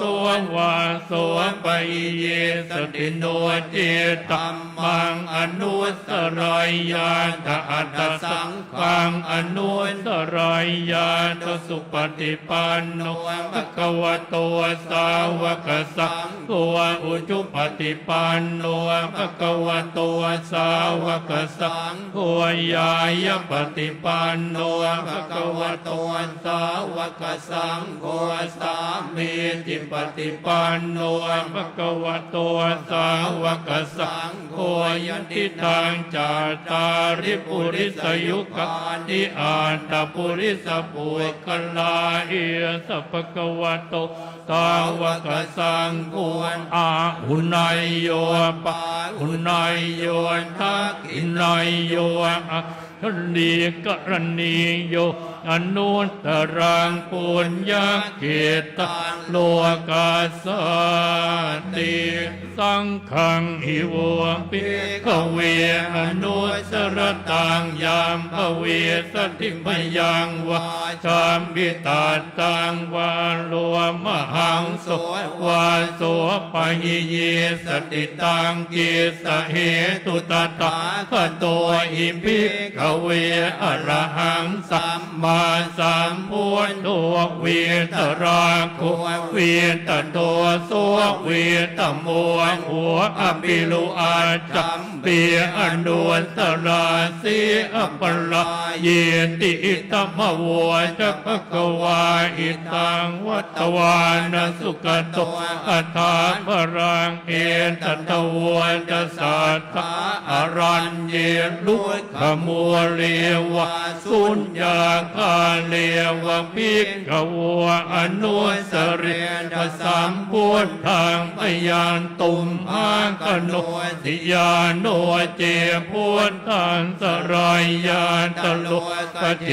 ตังนราสปังอัฏฐตัมมะสรายาตนิยานิการสุเตสิตาโนเจตัมมันสรายาตนิยานิการสุเตสิตังอัตตสังกังสรายานปุญญาเขตังอนุสรังเอวังพุทธังสรันตานังธัมมังสังฆัญจภิกขวะพยังวาจามอิตาตังวาโลมหังโสนาเหสติติม ขอเรียนเชิญคุณสุจัญญาภาภักพนิชกุลจุดเทียนที่เครื่องบูชาเทวดาประจำพระเกศเรียนเชิญคุณกันพิอ่อนสุวรรณคุณพันธ์สวรรณนรมิตรคุณเยาวมานวัชระเรืองศรี3 ท่านจุดเทียนที่ขันสาครเรียนเชิญครับ ชิยังเทวมนุสานังชโยโหตุปราชิโตมาลเสนาภิกันตาสมันตาทวันทัสโยชนานอันติเมตตาทิฐานาวิทังเสตวานาจักคุมานภวาภเวสังสรันโตทิพจักขุงวิโสทยีปริยาปันนาดิโสทานังหิตายะจะสุขายะจาพุทธกิจจังวิโสเทตวาปริตันตามพนามเหมหาการุณิโกนาโทหิตายะสัมปปานินาโอเรตวาปารมีสัพพะปัตโตสัมโพธิมุตตมังเอเตนะสัจจวัตเทนะโหตุเตจยมังกลังทยันโตปุติยามุเลสักยานะนันติวันตโนเอวันตวะวิจโยหัวหิจยาสุจยมันพเลียอปลาจิตปันลังเกสีเสปตวิโปกเรียอภิเสเกสัพพุทธานังอาคาปัตโตบวรตติสุนัขตังสุมา พลันสุปาปาตังสุโหติตังสุกโนสุโมโหโตจะสุยีตังธรรมจาริสุปัฏฐาทินังกายกรรมังวาจากรรมังปะตังกินังปะตากินังมโนกรรมังปณิเตียเตียปะตากินาปะตังกินานิกัตตวานลปะตาเตียปะตังกิเนโสอาตลาโตสุกิโตวิรุณโหปุตัสสะสันเนียอโรโกสุกิโตโหหิสาสะเปหิยาทิปิสาอาตลาตาสุกิตาวิรุณหาปุตัสสะสันเนียอโรคาสุกิตาโหหิสาสะเปหิยาทิปิเตอาตลาตาสุกิตาวิรุณหาปุตัสสะสันเนียอโรคาสุกิตาโหตัสสะสะเปหิยาติปิขอเชิญถามสรุป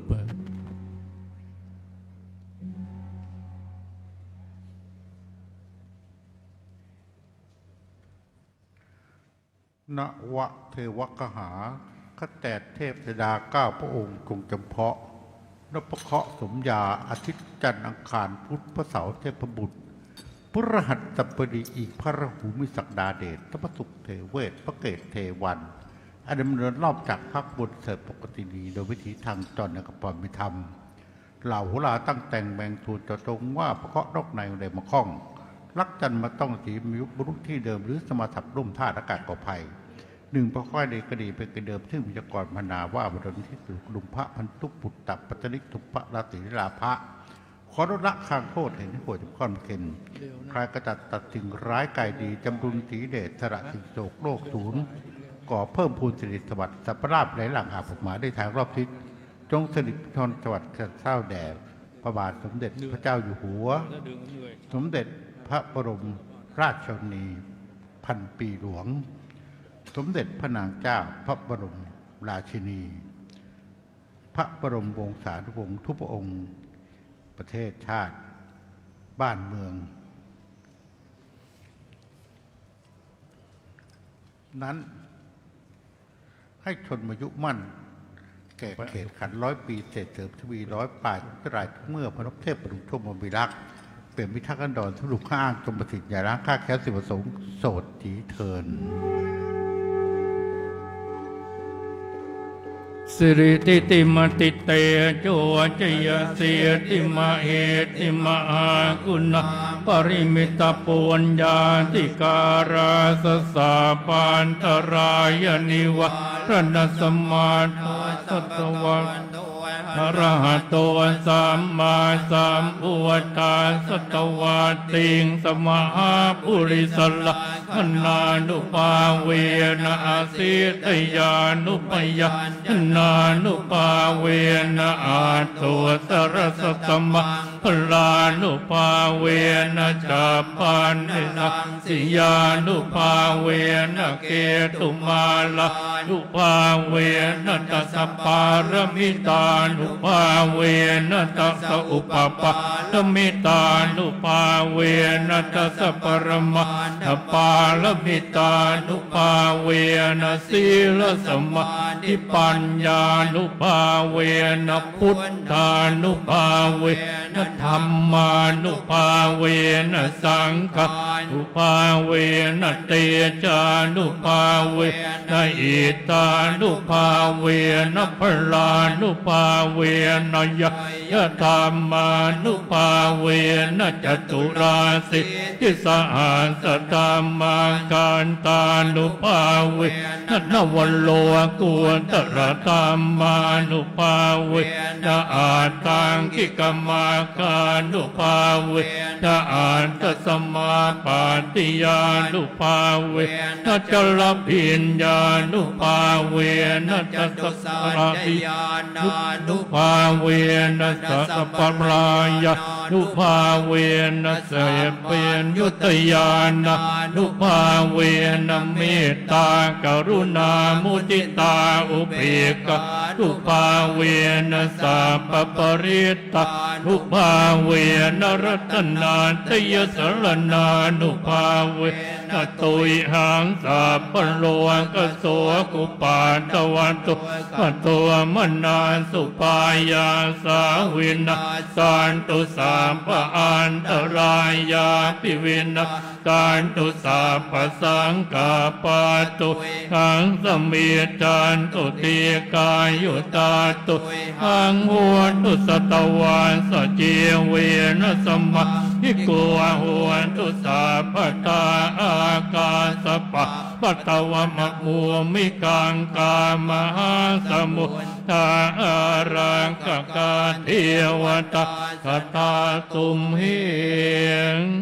อนุรักกันโตทุกขปัตตาจนิทุกขาปยาปัตตาจนิพยาโสกปัตตาจนิโสกาหวนตุสาเปปิปานิโนเอตาวตาจะอัมเหสะปตังปุญญสัมปตังสัพเพเทวานุโมทานตุสัพพสัมปติสิกิยาตานันตตันตุสัตตายสีลังรากันตุสัพพตาปาวนาบิรตาหวนตุกัจตุเทวตากตาสัพเพพุทธปรัปปัตตาปัจเจกานันจยะอรังอรหันตานันจะเตเจนารากังปันตามิสัพพาโสปวัตโต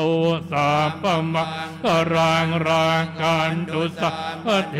วตาสัพพพุทธานุภาเวนัสตาโส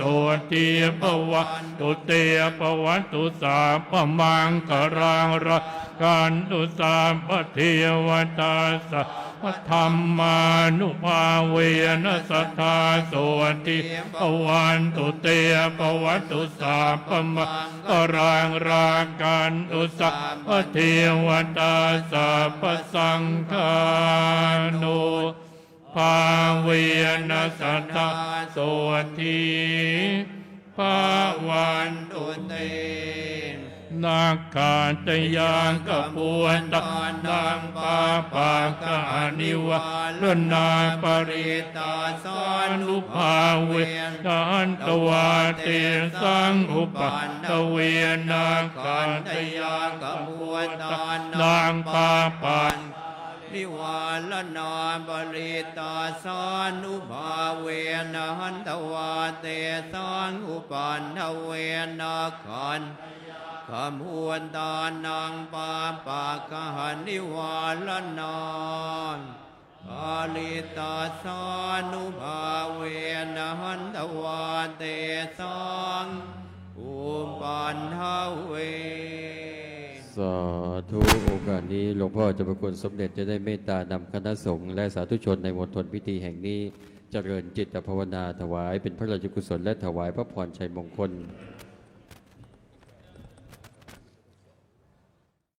วันนี้ วันที่ 13 พฤษภาคม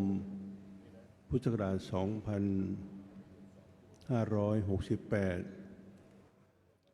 2568 ตามปฏิทินทางโหราศาสตร์ ดาราศาสตร์มีความสอดคล้องกัน ได้ระบุถึงการโคจรของดวงดาวในจักรวาลทั้งดาวพระราหู ดาวพระเสาร์ดาวพฤหัส ดาวมฤตยู โคจรร่วมในราศีที่จะทำให้เกิดผลแก่บุคคลสังคมประเทศชาติบ้านเมืองมีความเดือดร้อน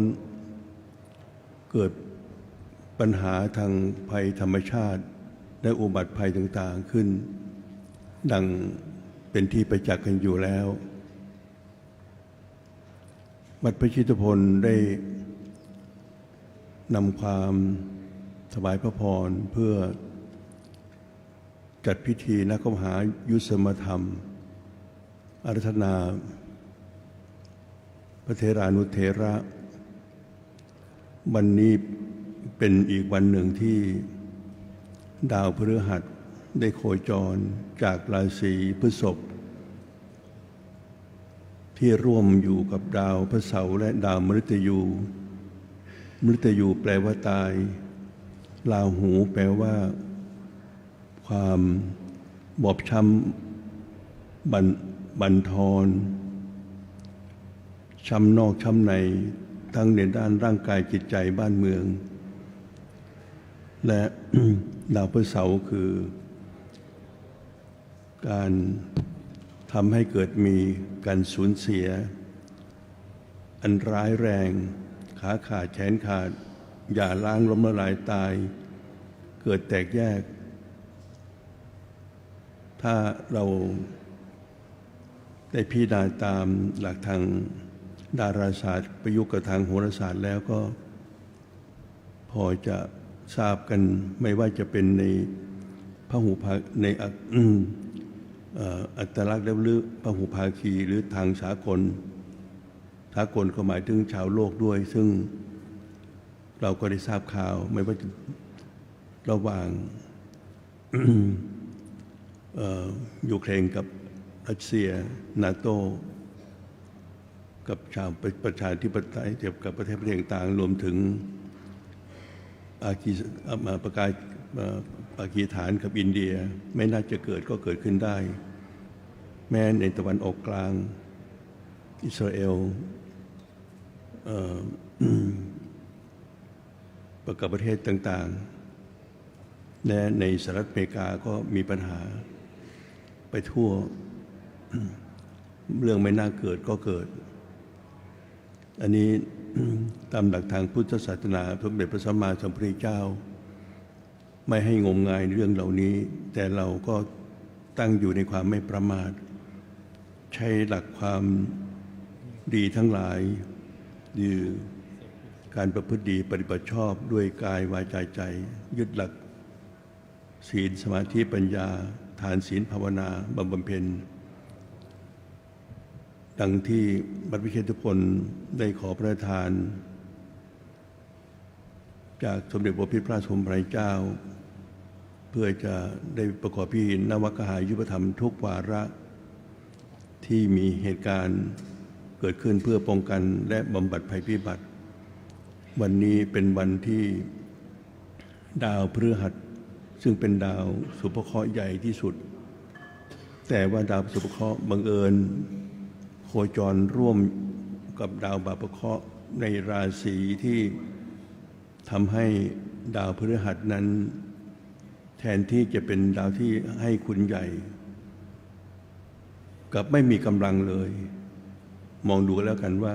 ลองทุกท่านลองเปรียบเทียบดูว่าผู้ที่มีศีลมีธรรมมีกำลังยิ่งใหญ่ทำไมถึงอ่อนล้าก็คิดดูกันแล้วกันมีสติปัญญามีความรู้ทำไมเหมือนไม่มีสติไม่มีปัญญาพวกเราแทนที่จะมีความรู้รักสามัคคีเชื่อฟังพ่อแม่ครูบาอาจารย์บุคคลผู้เป็นหลักเป็นประธานเป็นใจเป็นตัวในแผ่นดินในบ้านเมืองแต่ก็เหมือนไม่มีพลังอะไรเลยวันนี้ดาวพฤหัสนั้นได้เคลื่อนย้ายจากราศีที่หม่นหมองดังกล่าวนั้นที่อ่อนกำลังกลับเข้าสู่ราศีที่มีพลังในวันนี้จึงได้นิมนต์พระเถรานุเถระจำนวน19รูปเท่ากำลังของดาวพฤหัสเพื่อประกอบพิธีมหามงคลนวกหายุสมธรรมมหามงคลมีท่านเจ้าคุณรองสมเด็จพระราชาคณะท่านเจ้าคุณพระพรหมเสนาบดีวัดปทุมมงคาที่ปรึกษากรรมการมหาเถรสมาคมพร้อมด้วยคณะสงฆ์19รูปเท่ากำลังของดาวพฤหัสมาเจริญพระพุทธมนต์นวกหายุสมธรรมมหามงคลจบลงแล้วก็ขออาราธนาท่านพระเถรานุเถระทุกรูป ญาติโยมสาธุชนทุกท่านที่ได้มาร่วมพิธีในวันนี้ได้ตั้งจิตอธิษฐานอาราธนาคุณพระศรีรัตนตรัยเสริมบทนวกหายุทธธรรมที่ท่านพระเถรานุเถระ19 รูปได้เจริญจบลงไปแล้วนั้นอธิษฐานบุญกุศลที่สถาบันพระมหากษัตริย์ทุกพระองค์ได้ทรงปฏิบัติบำเพ็ญเพื่อแผ่นดินสยามแผ่นดินไทยของเราได้ปลอดพ้นภัยพิบัติขอให้ทุกท่านซึ่งรวมทั้งฝ่ายบรรพชิตและฝ่ายคฤหัสถ์ที่ร่วมกันประกอบพิธีด้วยจิตอันบริสุทธิ์ในสถานอันเป็นที่ศักดิ์สิทธิ์ที่สมเด็จพระพิตรพระสมภารเจ้าพระบาทสมเด็จพระเจ้าอยู่หัว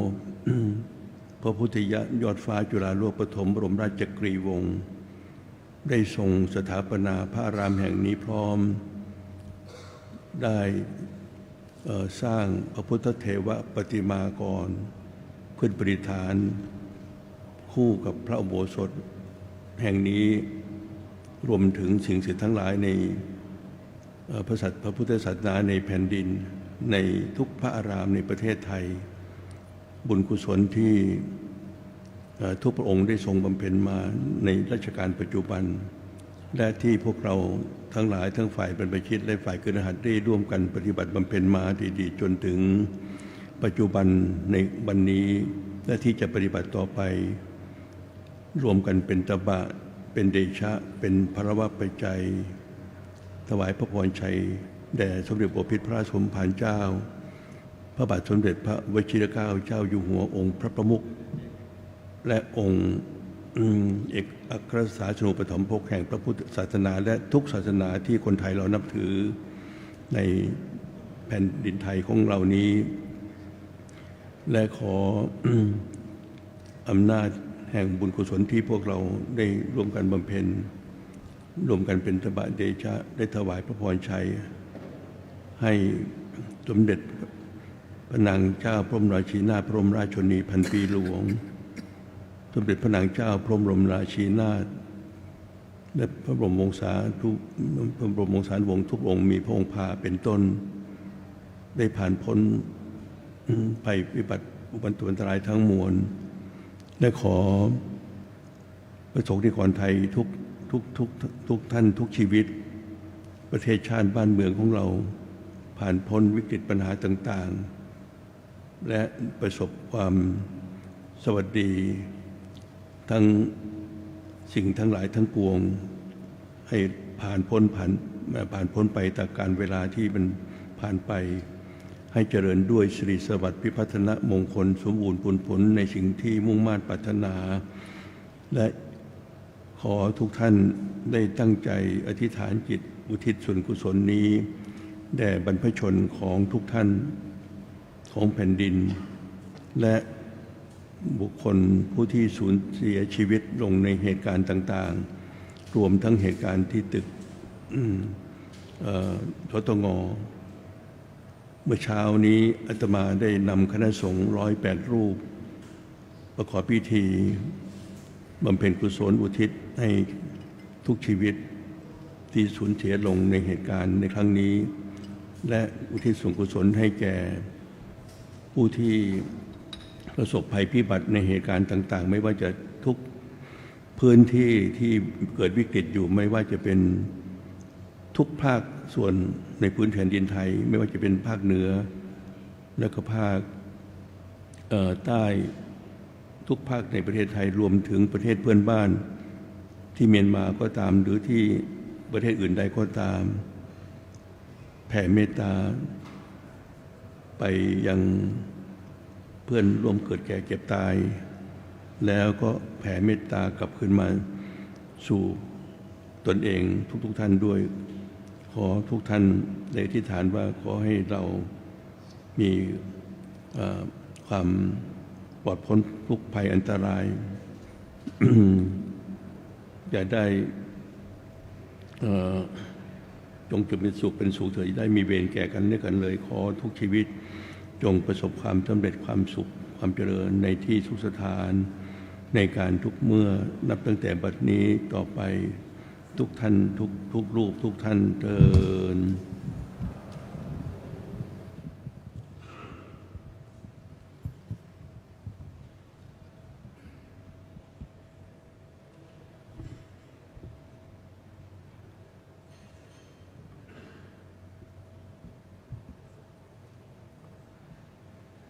ลำดับต่อไปจะเป็นการถวายเครื่องจตุปัจจัยทายธรรม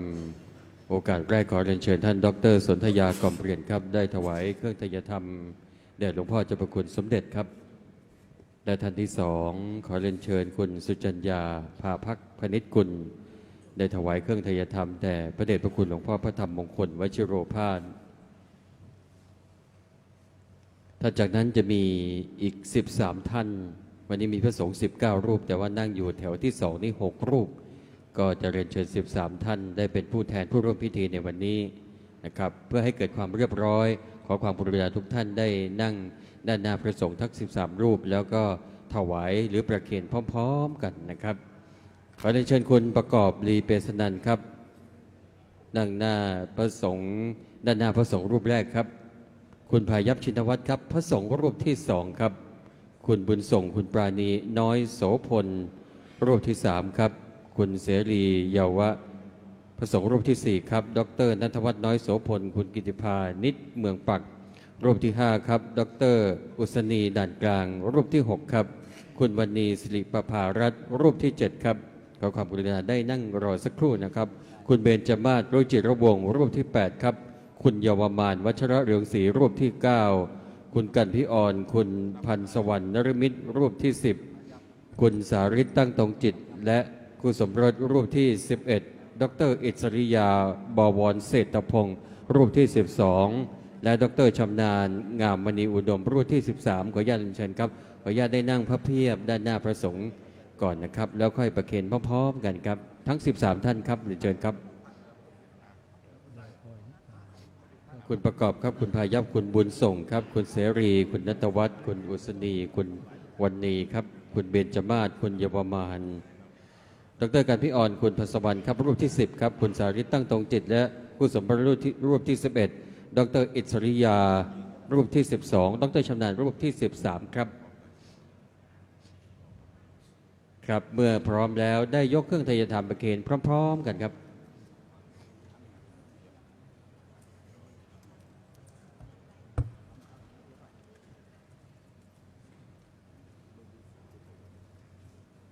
น้อมไหว้1ครั้งหรือกราบ3ครั้งแล้วก็กลับเข้าณที่นั่งรับรอง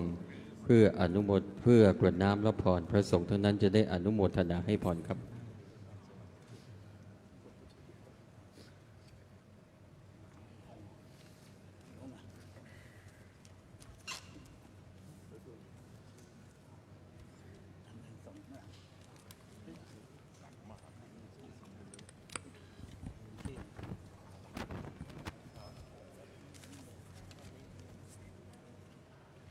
ในช่วงที่พระสงฆ์ถวายอดิเรกขอเรียนเชิญทุกท่านได้กรุณาลดมือลงวางไว้ที่หน้าตักครับ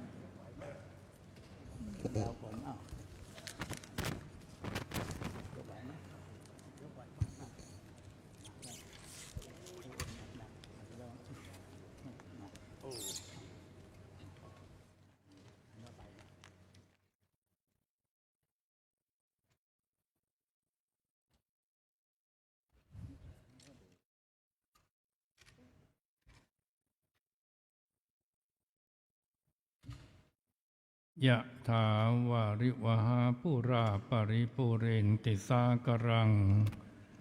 เอวเมวะอิโตทินังไปตานังอุปกปติอิชิตังปฏิตังตุมหังคิปะเมวะสมิจโตสัพเพปุเรนตุสังกปาจันโทปนรโสยะถามณิโชติรโสยะถาติโยวิวัจจันตุสัพพะโรโกวินาศตุมาเตภวัตวันต ยุโกภวสัพพิติโยวิวัจจันตุสัพพะโรโควินาศตุมาเตภวัตวันตรายโยสุขีเทียกายยุโกภวสัพพิติโยวิวัจจันตุสัพพะโรโควินาศตุมาเตภวัตวันตรายโยสุขีเทียกายยุโกภวะอภิวัฒนาสีเลสนิจังพุทธาปัจจายโนจัตตารโอธรรมวัฏันติอายุวันโนสุขังภาลังโสอันตระตัวสุขิตัววิโรนโทปุตตสาสเนอโรโกสุขิโตโหหิสาสะเพหิยะอิปิโสอันตระตัวสุขิตัววิโรนโทปุตตสาสเนอโรโกสุขิโตโหหิสาสะเพหิยาติปิโสอัตตระโตสุขิโตวิโรนโทปุตตสาสเนอโรโคสุขิโตโหหิสาสะเพหิยาติปิสาธุชนทุกท่านลดมือลงไม่ต้องประนมมือครับ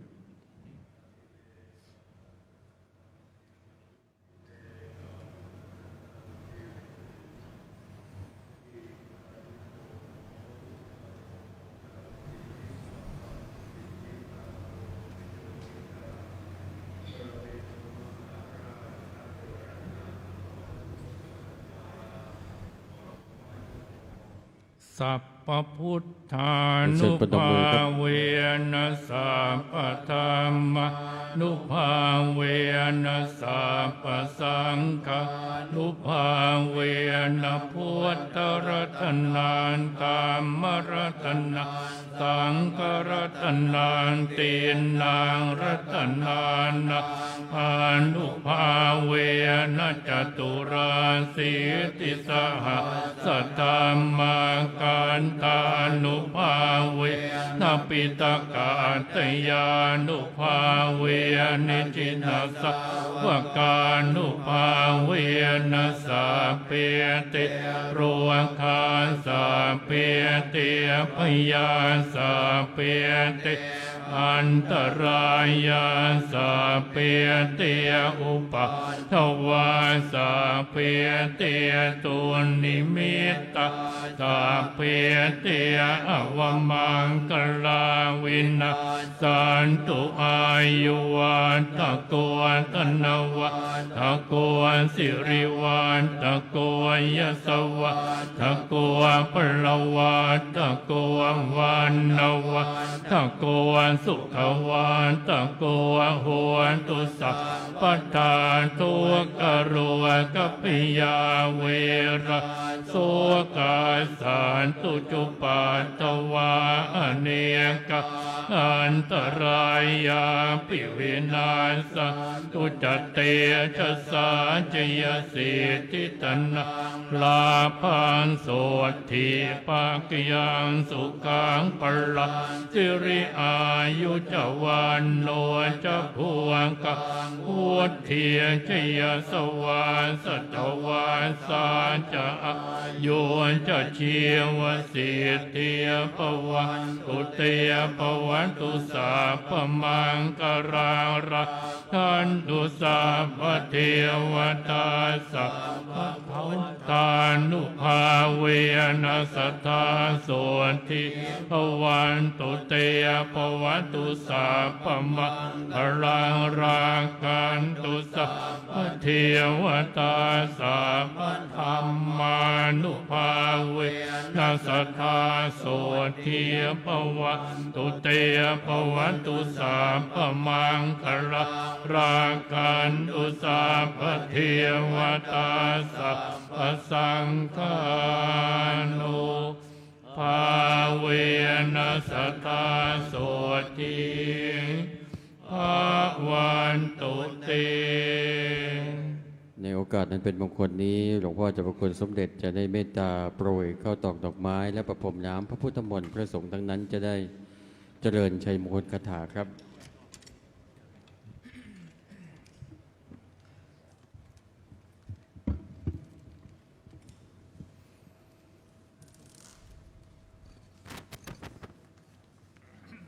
ทิยันโตปุติยาโมเลสักกยานะดานติวาตันโดเอวาตวะหิจโยวะโห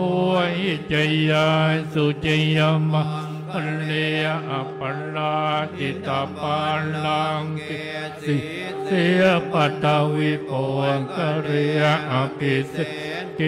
สัพพพุทธานะกาปาตัวปโมตติตังสุมากัลลันสุปาปาตังสุอิตังสุขันโดสุโมโหตัวจะสุยิทางพรหมจาริสุปตะกินังกายกรรมังวะจากรรมังปตากินังปตากินังมโนกรรมังปณิติเตปตากินาปตากินานิกัตวานลปะตาเทปตากิเนติยันตัวปุติยานโมเลสักกยานังนันติวาตันโดเอวะตวังวิจโยโหหิจยะสุจยมังกัลเลอปัลลาจิตตปานลังเกสีเสปตวิโปกเรอภิเสเกสัพพพุทธานะอาคาปาโตวปโมตติสุนะกาตังสุมังกัลลังสุปาปาตตุโอติตังสุขันโดสุโมโหโตทัสสุยิตังพระมจาริสุปัตตวินังกายกรรมังวาจากรรมังปตากินังปตากินังมโนกรรมังปณิทิเตปตากินาปตา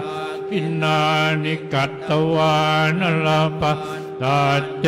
ปตากินเนติยันโตปุนิยามุเลสักกยานะนันติวาตโนเอวะตวังวิจโยโหหิจยะตุจยมังกัลเลอปัลลาจิตตปานลังเกสีเสปตวิโปกเรอภิเสเกสัพพพุทธานะอาคาปาโตปโมตติสุนะกาตังสุมังกัลลังสุปาปาตสุโหติตังสุกันโนสุโมโหโตจะสุยิตาพระมจาริสุปตากินังกายกรรมังวาจากรรมังปตากินังปตากินังมโนกรรมังปณิทิเตปตากินานิกัตวานลปะตาเตปตากิเนสัพเพพุทธาปลาปัตตาปัจเจกานันติยะพลังอรหันตานันจะเตเจนรักขังปันตามิสัพปะโสสัพเพพุทธาปลาปัตตาปัจเจกานันติยะพลังอรหันตานันจะเตเจ นรักกังปันตามิสะปาโส สาธุขอขอบคุณเลยทุกท่านได้นั่งประจำที่ก่อนนะครับเราจะได้กราบพระอีกครั้งหนึ่งครับขอเชิญทุกท่านได้เปล่งเสียงดังๆนะครับอะระหังสัมมาสัมพุทโธภควาพุทธังภควันตังอภิวาเทมิสวากขาโตภควตาธัมโมธัมมังนัมมัสสามิสุปฏิปันโนภควโตสาวกสังโฆสังฆังนะมามิพิธีเจริญพระพุทธมนต์นวคะหายุสมธรรมมงคลเฉลิมพระเกียรติถวายพระพรชัยมงคลพระบาทสมเด็จพระเจ้าอยู่หัวซึ่งวันนี้ตามหลักโหราศาสตร์วันอังคารที่13 พฤษภาคม 2568 ดาวพฤหัสบดีจะย้ายเข้าสู่ราศีมิถุนในวันนี้มีพระสงฆ์ทรงสมณศักดิ์นำโดยพระเดชพระคุณพระพรหมเสนาบดีวัดประทุมคงคาเมตตาเป็นประธานสงฆ์บนอาสงฆ์โดยได้รับความเมตตาจากเจ้าพระคุณสมเด็จพระมหาธีราจารย์เมตตาเป็นประธานในพิธีแล้วก็ขออนุโมทนาขอบคุณท่านดร.สนธยากอบเปลี่ยนประธานในพิธีฝ่ายคฤหัสถ์ที่ได้มาร่วมในพิธีบำเพ็ญกุศลในวันนี้พิธีการต่างๆเสร็จสิ้นไปด้วยความเรียบร้อยสวยงามเป็นที่พิธีการที่ศักดิ์สิทธิ์เป็นพิธีการที่สูงส่งเป็นพิธีการที่สูงสุดในนามของคณะสงฆ์วัดพระเชตุพนวิมลมังคลารามขอกราบขอบพระคุณในกุศลเจตนาในเมตตาของพระมหาเถระทุกรูปที่เมตตามาเจริญพระพุทธมนต์ในวันนี้ขออนุโมทนากับสาธุชนทุกท่านที่มาร่วมพิธีในการเจริญพุทธมนต์นวคะหายุสมธรรมมงคลเฉลิมพระเกียรติถวายพระพรชัยมงคลแด่พระบาทสมเด็จพระเจ้าอยู่หัวในวันนี้ครับแล้วก็จะมีอีกวันหนึ่งก็คือวันที่ 19 นะครับเป็นวันจันทร์ที่ 19 พฤษภาคมจะมีกิจกรรมจะมีการพิธีการสวดพระพุทธมนต์เจริญพระพุทธมนต์นวคะหายุสมธรรมมงคลในลักษณะนี้อีกครั้งหนึ่งก็ขอได้ประชาสัมพันธ์เชิญชวนให้กับสาธุชนทุกท่านได้รับทราบนะครับในวันจันทร์ที่ 19 พฤษภาคม 2568 เวลา 17 นาฬิกาครับ